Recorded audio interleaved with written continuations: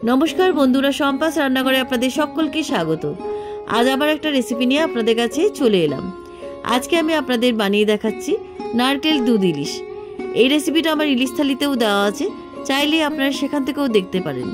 ইলিশ মাছ তো এর আগে অনেক রকম ভাবে রান্না করে খেয়ে দেখেছেন। একবারই নারকেল দুধ ইলিশ গরম ভাতের সাথে খেয়ে দেখুন, খেতে কিন্তু দারুণ সুস্বাদু হয়। তাই রেসিপিটা একবার হলেও ট্রাই করার অনুরোধ রইল।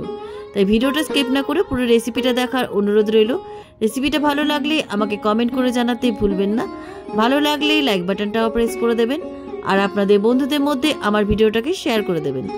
আর আমার নতুন বন্ধুদের কাছে অনুরোধ, আমার চ্যানেলটাকে সাবস্ক্রাইব করে পাশে থাকবেন। আর আমার চ্যানেলে নতুন নতুন রেসিপি দেখার জন্য পাশে থাকা ছোট্ট বেল আইকনটাও প্রেস করে দেবেন।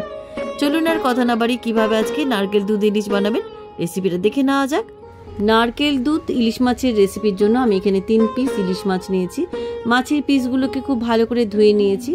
এবারে মাছের পিসগুলোকে লবণ, হলুদ গুঁড়ো আর 1 চামচ সরষের তেল দিয়ে ভালো করে মাখিয়ে 10 মিনিট ম্যারিনেট করে রেখে দিচ্ছি।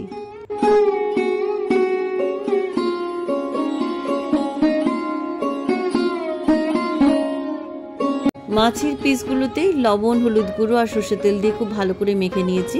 এবার এটাকে সাইডে রেখে দিচ্ছি। এবার আমি নারকেলের দুধটা তৈরি করে নেব। নারকেলের দুধটা তৈরি করার জন্য আমি এখানে হাফ বাটি নারকেল কোড়া নিয়েছি। আপনারা বাজারের কেনা নারকেলের দুধ দিয়েও এই রেসিপিটা বানাতে পারেন। এবার আমি এই নারকেলের দুধের মধ্যে আমি উষ্ণ গরম জল দিয়ে দিচ্ছি। আমি হাফ কাপ মতো এখানে উষ্ণ গরম জল দিয়ে দিলাম। উষ্ণ গরম জলের মধ্যে আমি 10 মিনিট ভিজিয়ে রাখছি। ততক্ষণে আমি মাছটা ভেজে নিচ্ছি। মাছটা ভাজার জন্য ইন্ডাকশানে একটা ফ্রাই প্যান বসিয়ে দিলাম। ফ্রাই প্যানের মধ্যে মাছ ভাজার জন্য আমি এখানে পরিমাণ মতো সাদা তেল দিয়ে দিলাম। আমি এখানে সাদা তেল দিয়ে রান্নাটা করছি, আপনারা সরষের তেল দিয়ে করতে পারেন। তবে যেহেতু আমি সাদা রান্নাটা করব, তাই আমি এখানে সাদা তেল ব্যবহার করলাম। তেলটা খুব ভালো করে গরম করে নেওয়ার পর এবার মাছের পিসগুলো আমি তেলের মধ্যে দিয়ে দিলাম।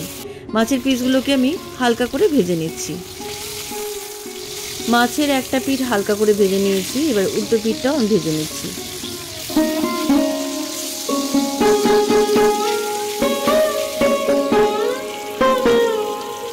ইলিশ মাছের পিসগুলো আমার হালকা করে ভাজা হয়ে গেছে। এবারে ভাজা মাছগুলো একটা প্লেটের মধ্যে তুলে রাখছি।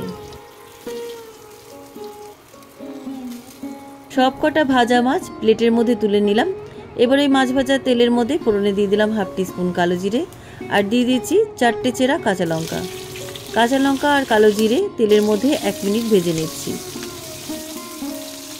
তেলের মধ্যে কালো জিরে আর কাঁচা লঙ্কাগুলো 1 মিনিট ভেজে নেওয়ার পর আমি এর মধ্যে নারকেল দুধটা দিয়ে দিচ্ছি। আগে থেকে যে নারকেল কোড়াটা গরম জলে ভিজিয়ে রেখেছিলাম, এবার আমি একটা ছাঁকনির মধ্যে ছেঁকে নারকেল দুধটা দিয়ে দিচ্ছি।